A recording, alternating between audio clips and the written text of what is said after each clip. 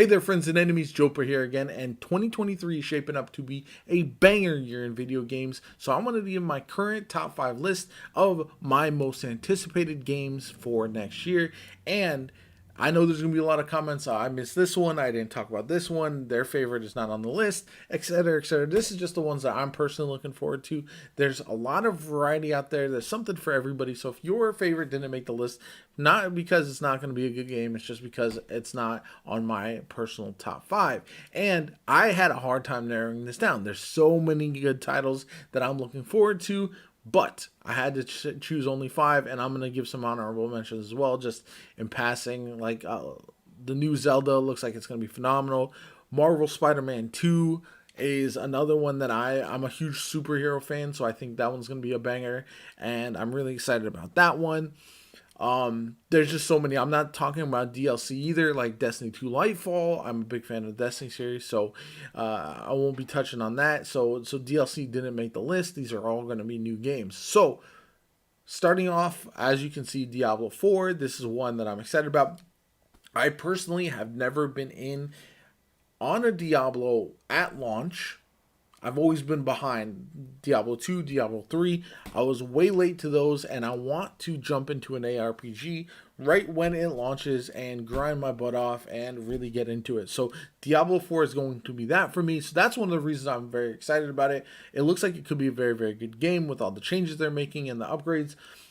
Going a little bit darker than Diablo 3, which I think is good for a lot of people, but overall, the reason I'm excited is because I need a game like this that is going to allow me to grind sufficiently, but also provide cool cutscenes, good story, all that kind of good stuff. And Diablo 4 looks like that.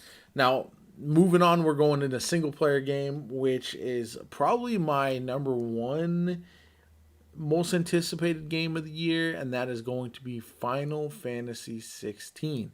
Now, this is a game that feels like it's returning Final Fantasy to the grand RPG tale that it's long meant to be. The Eidolons look sick as far as you can battle summon versus summon essentially, and there's just so much to excite me about this. Now, I didn't throw in here Final Fantasy VII Rebirth, which is the new entry in the Final Fantasy VII remake.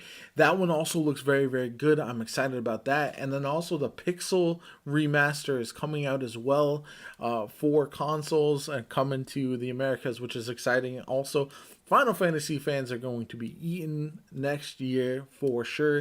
It is a banger. So, but 16 for me, everything we've seen, it looks like the type of game that is right up my alley and something that I personally cannot wait to check out. So, it's my number one single player game I'm looking forward to next year for sure. And yeah, there's a lot of competition, so that's saying something. Moving on, we've got an MMORPG that I am really looking forward to because we are missing a fresh new MMO.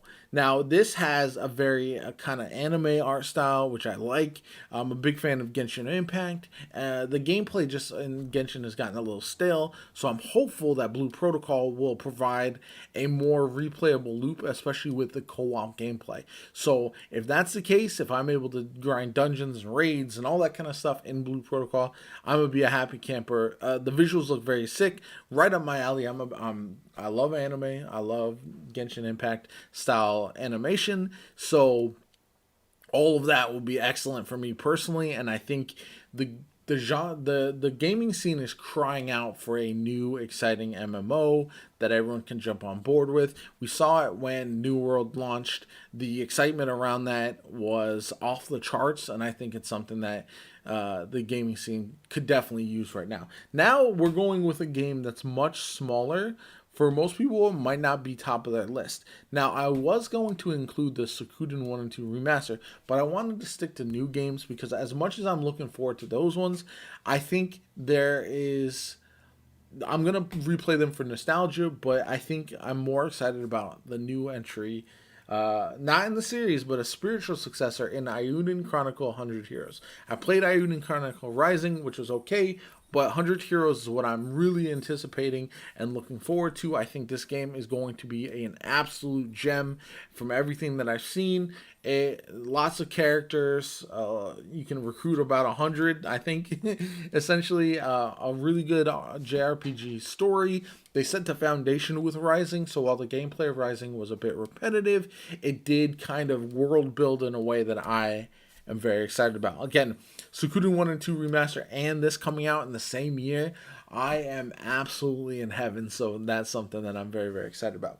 Now, another game that's not going to be top of everybody's list, but I'm personally very excited about, Wayfinder. Now, this one is going to be one that I'm very stoked about because of just everything I've seen so far. Looks like it'll be a lot of fun, very replayable. They're getting help from Digital Extremes, who has done a great job of the online gameplay of Warframe. So, all that said, this one was a toss up. I was debating between this, the First Descendant, and Synced.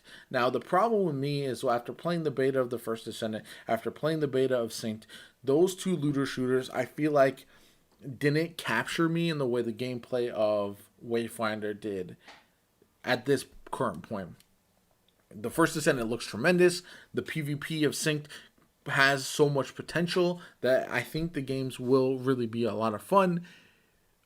But I still need to see a little bit more from those before I know. And now Wayfinder is one that, because I've been following a little bit closer from everything I've seen, I kind of know a little bit more about it as far as the long-term goals and everything the developers have said. So for that reason, that's why I'm excited about this one over those ones. The art style is not going to be for everybody, but for me, I think it's really, really good. So those are my top 5. Let me know what I missed. I'm sure I'll get a lot of comments on people saying, "Oh, this one is something like." There's so many options. Suicide Squad, Kills Justice League. I could list 100 games and not be done with it because next year is just absolutely stacked. But anyway, my name is Jopa. I hope you enjoyed the video. Hit that like button. I hope you have a good one, and I'll catch you all later.